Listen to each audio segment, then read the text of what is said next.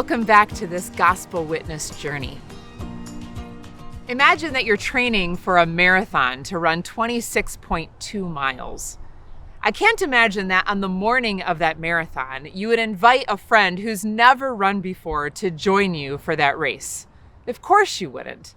If you wanted that friend to join you for that race, you would have started months and months earlier, inviting them to maybe walk around the block with you and then run a 5K and buy new running shoes together. Doing something like a marathon requires taking small baby steps to accomplish that goal. Inviting others to participate in the family of God is very similar to that. So many times it's small baby steps over a long period of time as they learn about who Jesus is and what Jesus is doing in their life.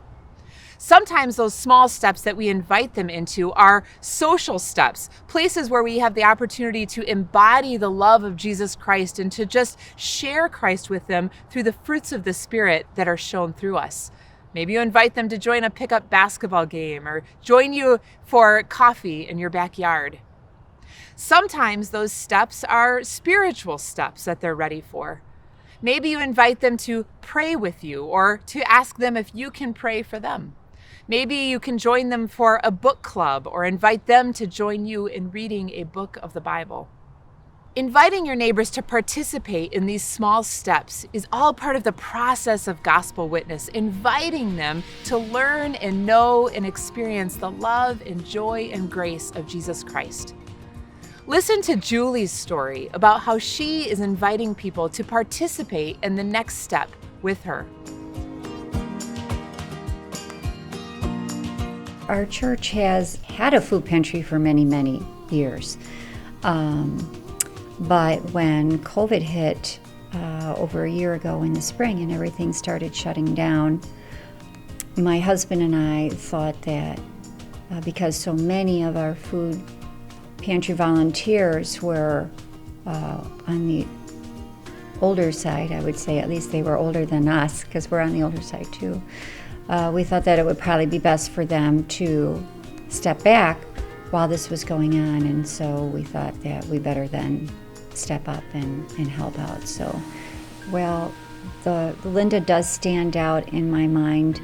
The very first day, I think she was, if not the first person that I had to check in, she was the second or third. And I came up to her window, and she looked so scared. I could see that her pride was quite wounded. And I think it was at that moment that I realized I'm not just checking people in here. So I just asked her a few questions, how you doing, what's going on? And then she told me that her husband was very ill in the hospital with COVID. And he had been there for several weeks already. And so naturally, his income was lost. And she had never been to a food pantry before in her life, but here she was.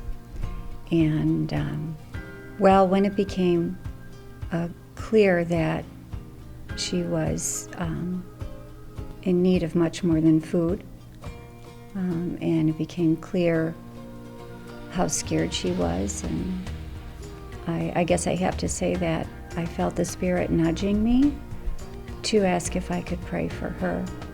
And so I thought I would take that chance. And she said yes. And I don't remember, what all the prayer was. I'm sure it was for healing for her husband and for their needs. We had a moment really where we both wept. It was hard to not cry when faced with her story.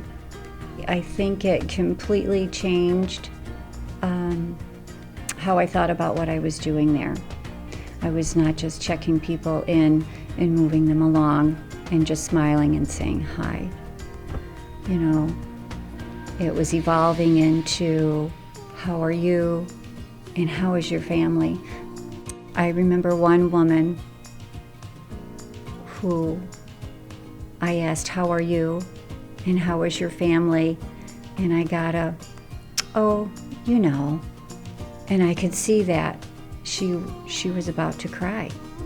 And so I thought, I'm just going to take a step back here. I'm not going to press her for information, but I am going to say, let's pray. Let's pray for whatever is going on in your life. And so we did. And again, I think by the time we were done, both of us were in tears. I mean, to this day, I had no idea what was so sad for her at that moment.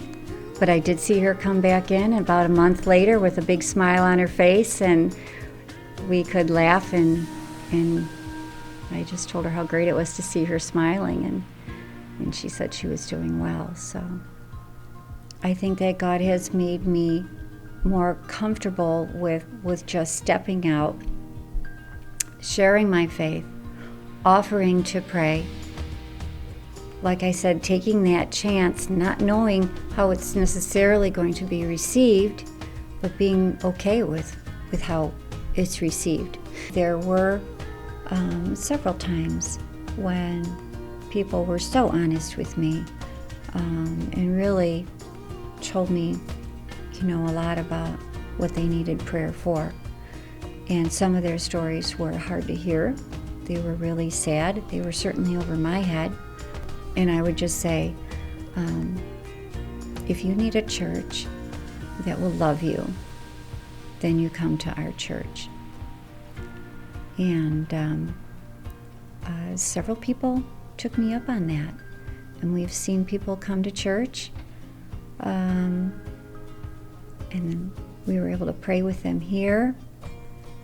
And I'm grateful that He can use somebody as ordinary as me.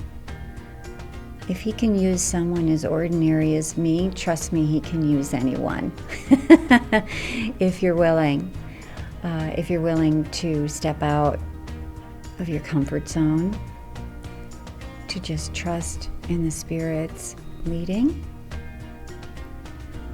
and willing to say, yes, Lord. Today we're considering about how we invite our neighbors to participate in next small steps with us, social steps or spiritual steps that help them learn more and more about Jesus. What are the next steps that you could take with your neighbors? How will you invite them to participate in those small steps?